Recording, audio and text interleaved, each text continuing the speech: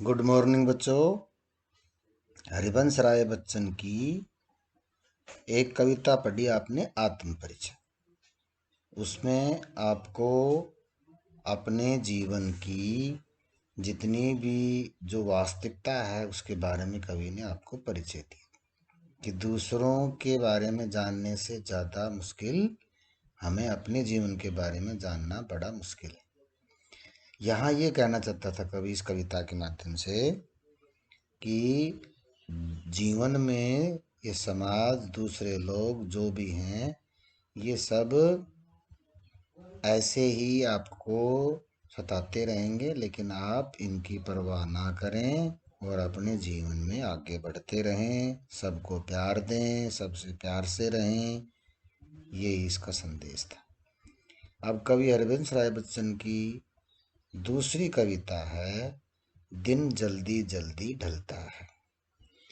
अब ये एक ऐसी कविता है जिसमें ये बताया गया है कि मनुष्य जो जीवन है उसमें जो प्रेम का बंधन है वो सबसे ज़्यादा प्रभावशाली है। सबको पता है एक दिन जाना है, खाली हाथ आए थे, खाली हाथ जाना है। लेकिन फिर भी जो मोह माया का बंधन है, जो हम जिससे बंधे हुए हैं, वो एक प्रेम का बंधन है जो हम एक दूसरे से जुड़े हुए हैं। घर परिवार जो है वो सारा इसी प्रेम के बंधन के ऊपर ही डिपेंड करता है। अब इसको दो बिंबों से उन्होंने बताने का प्रयास किया है कि जब इंसान एक दूसरे से प्रेम करता है तो उस प्रेम को अपने प्रति किस प्रकार से वो दूसरों से चाहता है वो बताया गया है। कई बार क्या होता है कि जो परिवार के सदस्य होते हैं उनमें जैसे जो बच्चे होते हैं उनमें सबसे जो बड़ा बच्चा होता है वो अपने प्रति सबका लगाव ज़्यादा चाहता है। लेकिन उल्टा होता है, परिवार के जो लोग होते हैं वो सभी बड़े की अपेक्षा की तुलना में छोटे से ज़्यादा प्यार दिखाते हैं। तो बड़े में ये कुंठित हो जाता है, ये भावना आ जाती है कि मुझसे कोई प्यार नहीं करता। लेकिन सच्चाई ये है कि माँ बाप सबसे उतना ही प्यार करते हैं, सबसे उतना ही लगाव रखते हैं। तो यहाँ कवि दो बिंबों के माध्यम से किस प्रकार से बताना चाहता है। हो जाए न पथ पर रात कहीं, मंजिल भी तो है दूर नहीं, यह सोच थका दिन का पंथी भी जल्दी जल्दी चलता है, दिन जल्दी जल्दी ढलता है। एक राहगीर है जो किसी मंजिल को प्राप्त करने के लिए सफर कर रहा है,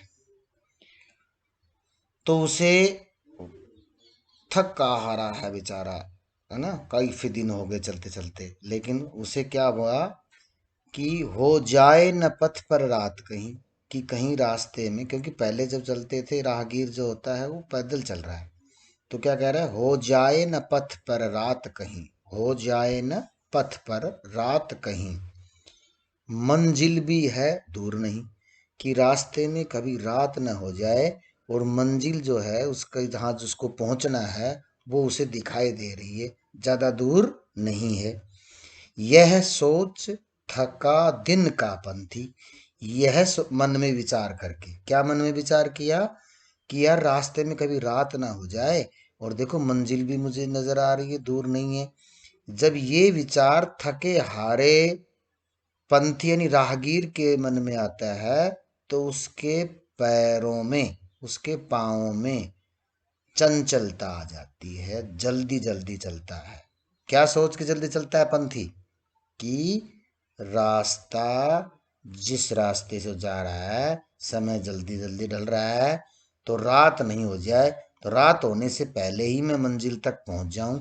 ये विचार जब उस थके हारे पंथी के मन में आता है तो उसके पैरों में चंचलता आ जाती है, अर्थात वो जल्दी जल्दी चल करके और अपनी मंजिल को पार कर लेता है। दूसरी कविता, दूसरी पंक्ति में क्या है, बच्चे प्रत्याशा में होंगे, नीड़ों से झांक रहे होंगे।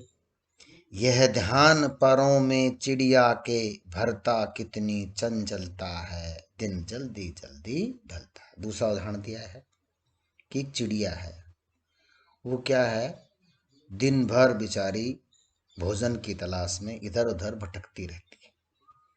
लेकिन जब संध्या होती है तो उसके मन में एक विचार आता है कि बच्चे प्रत्याशा में होंगे। प्रत्याशा, इंतजार, कि बच्चे मेरा इंतजार कर रहे होंगे, अपने नीड़ों घोंसलों से बाहर झांक रहे होंगे, मेरी राह देख रहे होंगे। जब ये बात चिड़िया के मन में आती है या चिड़िया को इस बात का ध्यान आता है, तो दिन की थकी हारी जो चिड़िया के पर हैं उड़ने वाले, उसमें भी चंचलता आ जाती है। अर्थात वो भी तेजी से, थकी हारी होती हुई भी तेजी से उड़ करके अपने बच्चों के पास पहुंचना चाहती है। क्यों? ये भी उसके प्रति उसका प्रेम झलकता है। अब आती है लास्ट। लास्ट जो लाइन है उसको जरा ध्यान से देखना, ये इंसान के ऊपर है। मुझसे मिलने को कौन विकल, मैं हूं किसके हित चंचल। यह प्रश्न शिथिल करता पद को, भरता उर में विहलता है, दिन जल्दी जल्दी ढलता है। कवि कहता है कि एक बच्चा है जो परिवार के लोगों के प्रति थोड़ी सी उसमें कुंठा जाग गई है, या वो थोड़ा सा दुखी हो गया है। क्या सोचता है वो पॉजिटिव नहीं सोचता, नेगेटिव सोच रखने लग गया है। और क्या करता है, मुझसे मिलने को कौन विकल, मुझसे यानी मेरे से, मिलने को, मिलने के लिए, कौन विकल मतलब बेचैन है, व्याकुल है। मैं हूं किसके हित चंचल, मैं जल्दी घर किसके लिए जाऊं, मेरे पैरों में मैं चंचलता किस लिए भरूं, क्योंकि मेरे जाने से किसी को कोई भी फर्क नहीं पड़ता। मैं अगर लेट गया तो कोई, किसी को दुख नहीं होगा, मैं अगर जल्दी चला गया तो कोई खुश नहीं होगा। तो बताओ मैं किसके लिए अपने पैरों में, अर्थात मैं जल्दी जल्दी घर जाऊं। यह प्रश्न उस बच्चे के मन में या उस व्यक्ति के मन में उठ गया। यह प्रश्न उसके मन में उठा तो उसके पैरों में चंचलता की बजाय क्या आ जाएगी, शिथिलता। शिथिलता समझते हैं, अर्थात धीमापन। और उसका हृदय है वो विहलता में भर जाएगा, अर्थात दुखी हो जाएगा। उसका जो उर है वो दुखी हो जाएगा, दिन जल्दी जल्दी ढलता है। तो ये थी कविता बेटा हरिवंश राय बच्चन की। दो कविताएं हैं। इसमें जो अभ्यास के प्रश्न हैं उसमें देखिए क्या है। ये जो अभ्यास के प्रश्न हैं ये भी आपको, इनके आंसर आपको मिल जाएंगे इसी में। जैसे पहला प्रश्न है, कविता एक और जग जीवन का भार लिए घूमने की बात करती है तो दूसरी ओर मैं कभी न जग का ध्यान क्या करता हूँ, विपरीत से लगते हैं, इन कथनों का आशय स्पष्ट कीजिए। तो कविता एक और तो कहती है कि मैं सारे जीवन, सारे संसार के लोगों का भार अपने ऊपर लिए फिरता हूँ। और दूसरी बात कहता है कि संसार स्वार्थी है, मेरे को ये संसार बिल्कुल भी अच्छा नहीं लगता और मैं इसकी परवाह भी नहीं करता। विपरीत से लगते इन कथनों का आशय क्या है?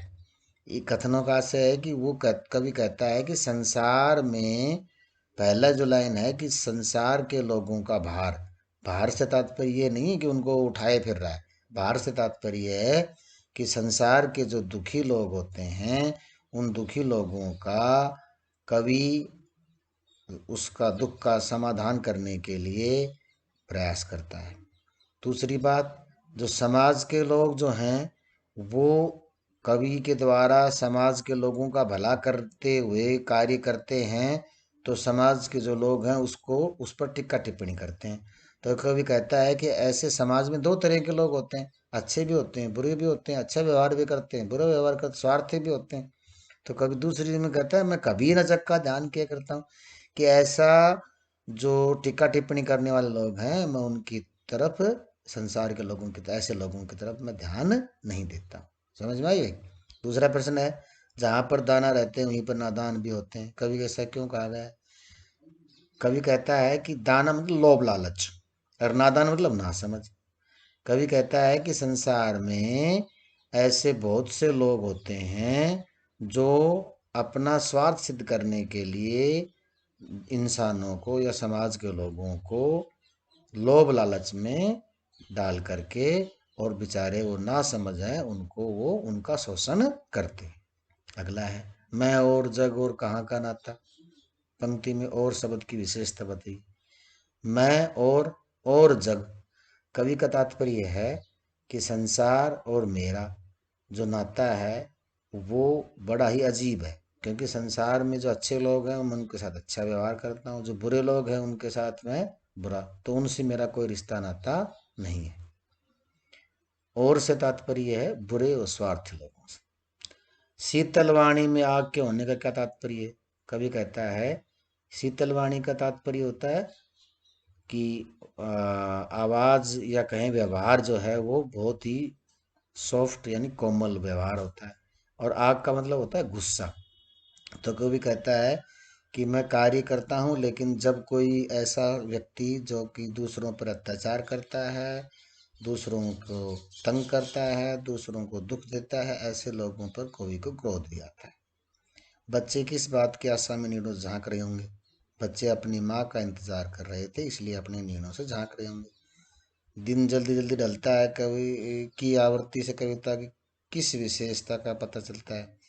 कि इस बार बार ये जो कविता की आवृत्ति हुई, आवृत्ति का तात्पर्य दिन जल्दी जल्दी ढलता है, अर्थात यहाँ ये कवि ये कहना चाहता है कि थका हारा कोई भी किसी भी प्रकार से व्यक्ति क्यों न हो या कोई जीव क्यों न हो, लेकिन जब उसको रात या अंधकार जब जीवन में आता है तो उससे वो निजात पाने के लिए प्रयास करता है।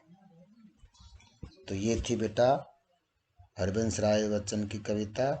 इसको आप अच्छे से पढ़िए, इसके प्रश्न उत्तर करिए, जो भी समस्या है आप इनके जो पेपर हैं, आपके जो होमवर्क है, जो मैंने आपको प्रश्न बताए हैं वो सारे आपको करने हैं। ठीक है भाई, धन्यवाद।